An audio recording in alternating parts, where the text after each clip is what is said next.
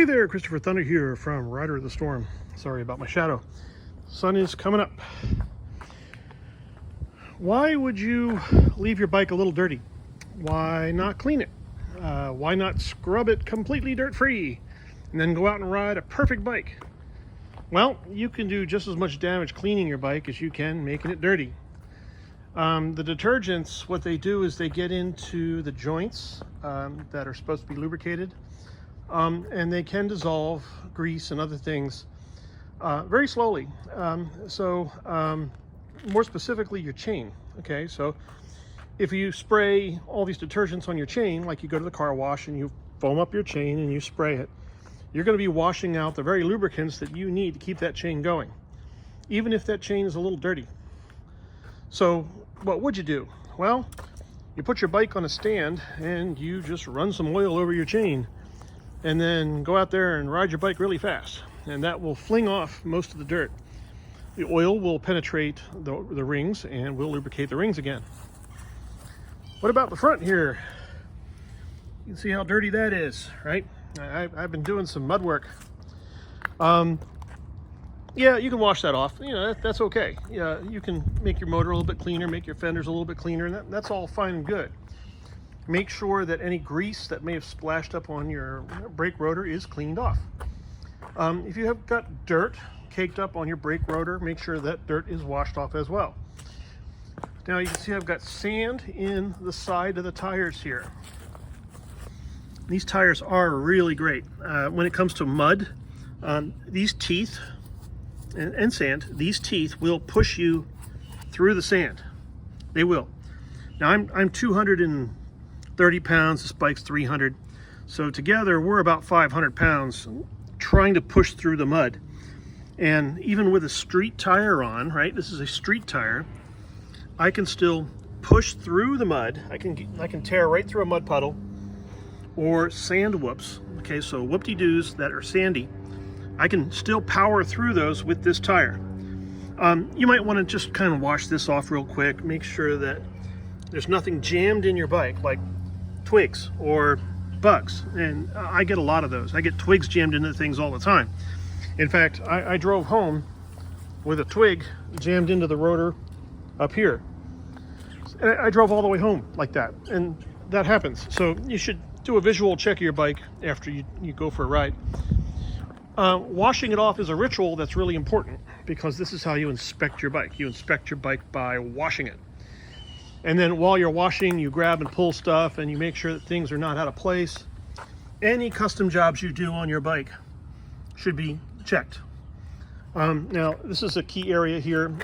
This is the recirculation tank. Okay, so this picks up the vapors and oil and all that stuff and gasoline vapors from the engine area. So this area down here doesn't just have oil in it. It has oil and gasoline vapors, and those vapors will come up to this tank and get circulated back into the motor, down through the airbox. So this one goes up and over and into the airbox. Some people try to go down and around and up. That is really dumb. Why? Because as the oil gurgles in here from all the bumps and jumping and everything, oil moves up the passageway. And then if it's hooked into the bottom of the airbox, you get a puddle of oil down here in the hose.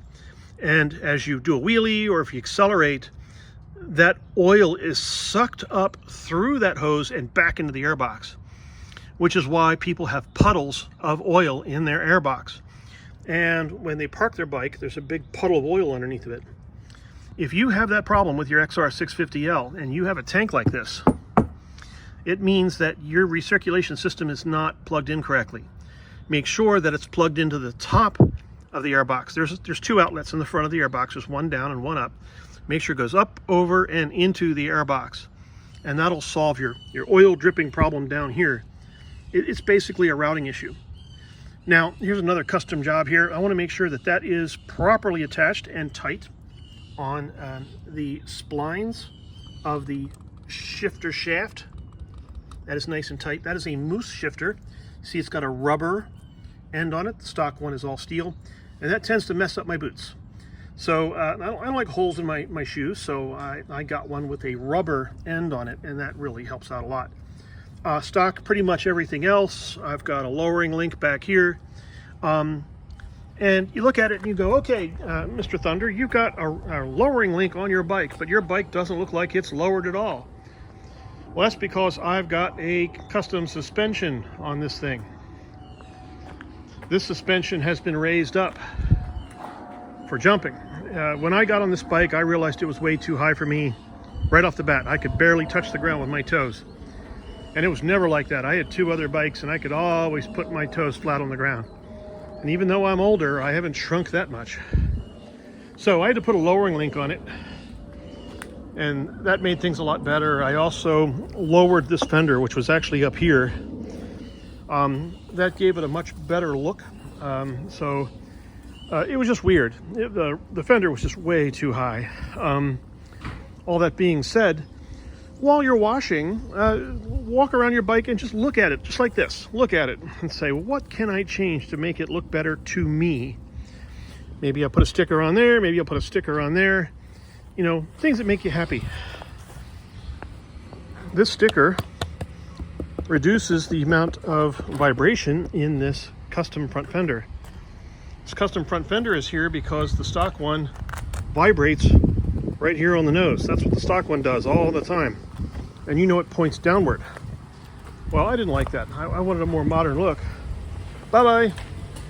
So I put this custom fender on. So I have a custom front fender, custom rear fender, custom tank, and even this face shield I don't think is stock at all. I'm pretty sure that is an aftermarket face shield. But it looks just like stock. It's probably just a copy.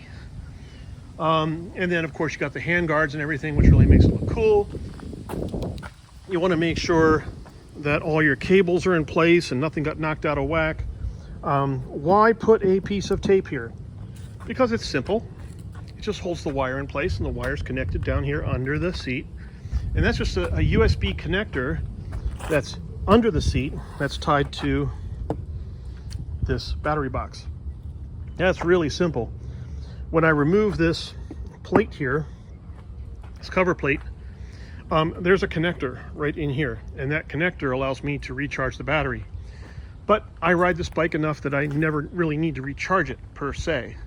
I'm going to ride it today. My NC700, that needs constant recharging. Like once every 7 days, it needs to be back on the charger if I don't ride it. So I'm riding this one. Yeah, these are the things you need to think about when you're washing and maintaining your bikes. Are you going to go on a trip? Are you going to be gone for a week? What are you going to do? If you're going to be gone for a week, put it on the charger. Now, I have breakaway turn signals here. These have been a problem. The blast from the exhaust was actually snapping off this turn signal. It was just puff, puff, puff, puff, puff, puff, puff. The vibration was causing the turn signal to crack, break, and then hang down. So guess what? I got epoxy super glue and lots of tape, and those breakaway turn signals are not going to come off now. Yeah, why would you do that? Well, because it was a real problem. Why is that a problem? Because I had to change this. Now, this is not me, this is the previous owner, but I bought this bike because it had that on it. And all that being said, the exhaust blasts out from the sides, not the back. It blasts out from the sides. You can see the back is plugged. And that blast comes around here, follows the fender, and causes that to vibrate, especially at high speeds. So if you're not sure of these things, put a camera on it and you'll see what's going on. Or rev it up and see what happens. These are things you should do while you're washing your bike, is inspect it. Check to make sure that everything is right. Any customization. So, wow, that's still tight. I like that. I'm going to put my water bottle back on that. This is still tight. That got a lot of shaking. That's really nice. So that's an air pump and a water bottle rack. Steel, not plastic, steel water bottle rack. Because you might crash on it, and you don't want the crash to rip off your bottle rack. You want to be able to crash it, pick it up, and ride away with it. And that's how that is set up. So, Very crashable. That's what this is for. Yes, those turn signals might break, but you can always untape them, glue them, and tape them back up again. And that's just the world the way it is. But if you look at the turn signals, you'll see that they're far enough in that if I lay the bike over under normal circumstances, they're not going to break. Well, the original stock ones, they weren't like that. They stuck out a little bit. And that's why they always look bent. My stock turn signals were always bent. I had 3 of these bikes. Every one of them had floppy, droopy turn signals. So, all that being said, I think I did a pretty good job with this bike. Very crashable, very lovable. Even the custom chain guard is very likable. It allows me to see the chain, wash the chain, inspect the chain, check the chain tension. It's a lot better than the stock chain guard. And that's all you need is that side guard. You don't really need a top guard for that. Custom seat. One last thing, custom seat. So look under your bike and make sure that your custom seat mods are working. This bike has no cover for the airbox, so there's a piece of tape in there that covers that. The airbox would be open right there along that crack, and you would be able to get right through, get the dirt into the airbox. Which brings me to the last part of this video. After every dirt ride, open up your airbox. Every dirt ride. And see what you got. All I got to do is just free them up with one turn and then pull and wiggle, and it will come out. Look at that. Wow, look at that. I've got dirt in my airbox. So I got to figure out where that's coming from, but I have a feeling what happened was it got shot up off the wheel, up under the seat, into an opening, and down into the airbox. Well, I got to wash that out. So I got to get a hose and spray that out. And I don't even need to let that dry. I'll just put the cover back on, make sure there's no dirt on the inside of the cover, and away we go. All right, well, thanks for watching me, Christopher Thunder, from Rider of the Storm and the world's dirtiest workshop. Bye-bye.